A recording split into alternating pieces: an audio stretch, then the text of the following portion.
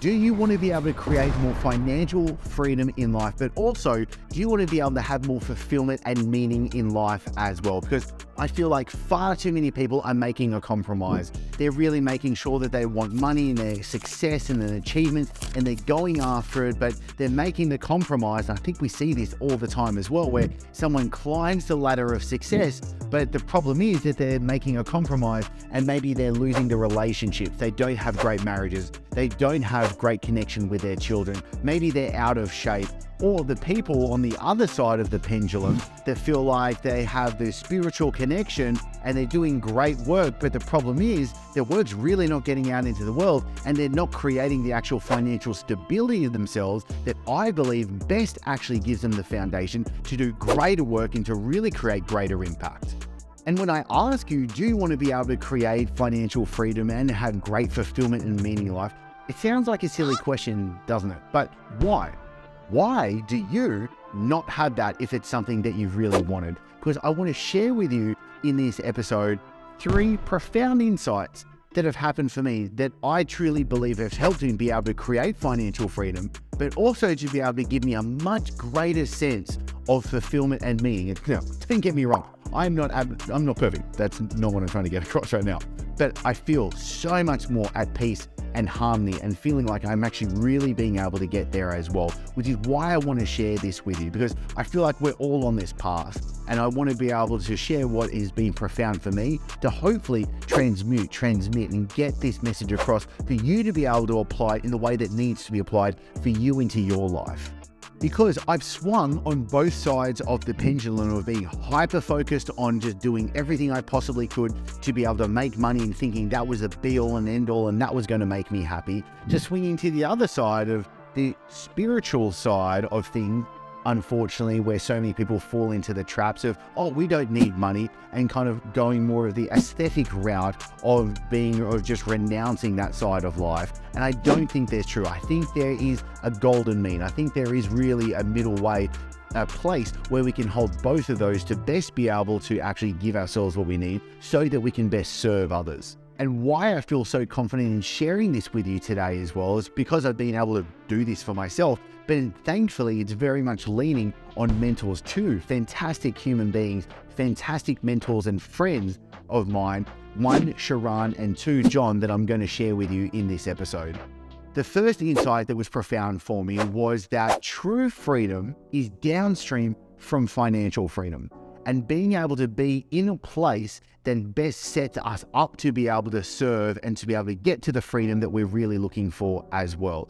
And so when it comes to people saying that money doesn't buy happiness, well, I slightly disagree on a few aspects of that. And I think that it's too much of a childish term to be able to use, because I feel like, 1, money, when given away and to help people, does profound things, and why the Pali word mudita, the kind of sympathetic joy, the joy I get when I see somebody else having joy, is very much a great part when I'm able to use my wealth, my money, to be able to help others, because that gives me joy. There is definitely a selfish part of me doing that. But then also me being in the foundation and the strength of being able to have financial freedom so that I can do the things and best serve others from where it is that is my strengths as well. So me having just recently, my wife and I, Lauren, we realized that we hit a target, and this comes to very much thanks to Sharon. He said to me that financial freedom really is being able to be at 200% of financial freedom. So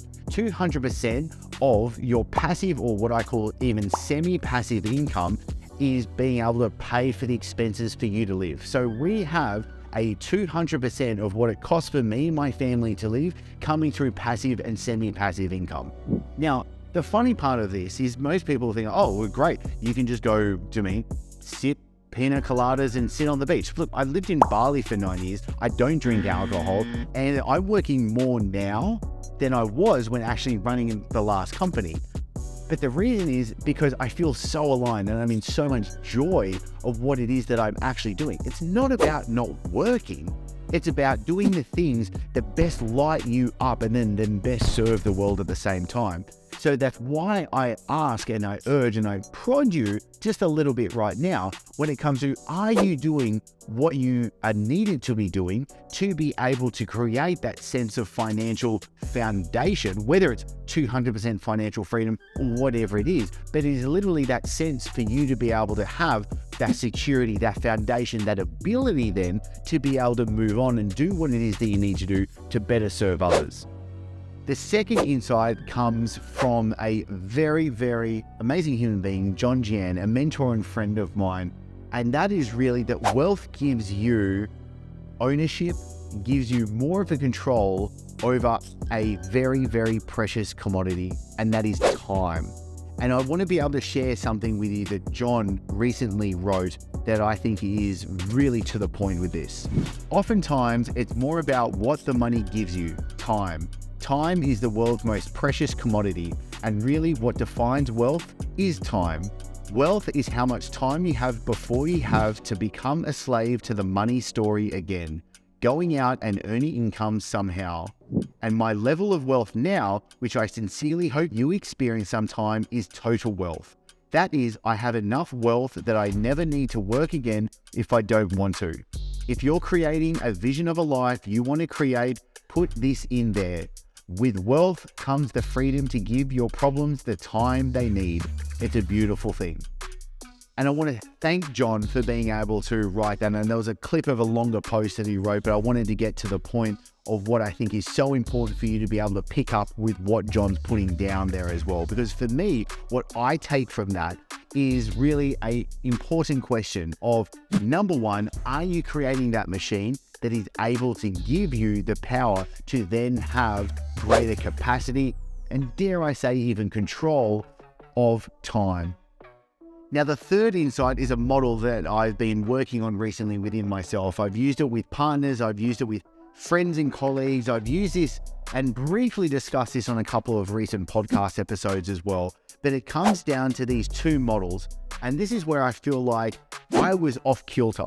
And I feel like a lot of other people were kind of off when it comes to this and hadn't thought about it. And so it comes down to a money-making machine and a meaning-making machine. Now, most people, if you think of these as like circles, they think the way that they make money is the thing that gives them the meaning in life. They have to be like perfectly overlapped with each other. But when I thought about it for myself, it was like they were slightly kissing, they were touching and overlapping gently, but they weren't really the same things. The things that I make is my money-making machine isn't actually the thing that is my meaning-making machine, and that's perfectly fine. And it first triggered this insight from Derek Sivers and a fantastic book, Your Music and Your People, which really gave me the insight, and this comes from more of a creator point of view, but I apply this as an entrepreneur. I like to call myself a creator too when it comes to entrepreneurship. But there's a case of, let's say, a musician. If a musician wants to just absolutely get complete and utter, really beautiful meaning out of life, creating that music, he does not have to have that as the way that he makes money and pay for his life. There can be a separation of the two. So this is why I ask you, well, what is your money-making machine and what is your meaning-making machine, and where do they overlap if they do, and how do they actually both mutually help each other as well? How can you create a flywheel effect so that the two are helping each other to be able to only grow and spiral upwards? And so through these three insights that I share with you today, there is really maybe 3 more lessons I would love for you to walk away with as well, or maybe 3 questions I would love for you to be able to answer. And that is a case of 1, what is financial freedom to you? What is your definition of financial freedom? The second would be, how can you best use your wisdom to actually get there? How can you best have a plan and to ensure that you follow through to get there? And then the third would be, how do you stop or at least limit your self-deceiving ways for you to only stop or slow yourself from getting there as well? So what's financial freedom? What's the plan of action? How do you best use wisdom? And how do you best lower your self-deception so that you can do what you need to do to get there as fast, as easy, and as enjoyable as possible as well? So I'd love to know what it is that your financial freedom definition is. I think that is something that is profound because it helps each other be able to raise. Again, I've said it before, I will say it again, when it comes to a rising tide lifts all ships. We're helping each other right here. And this is the community that I want to be able to bring together.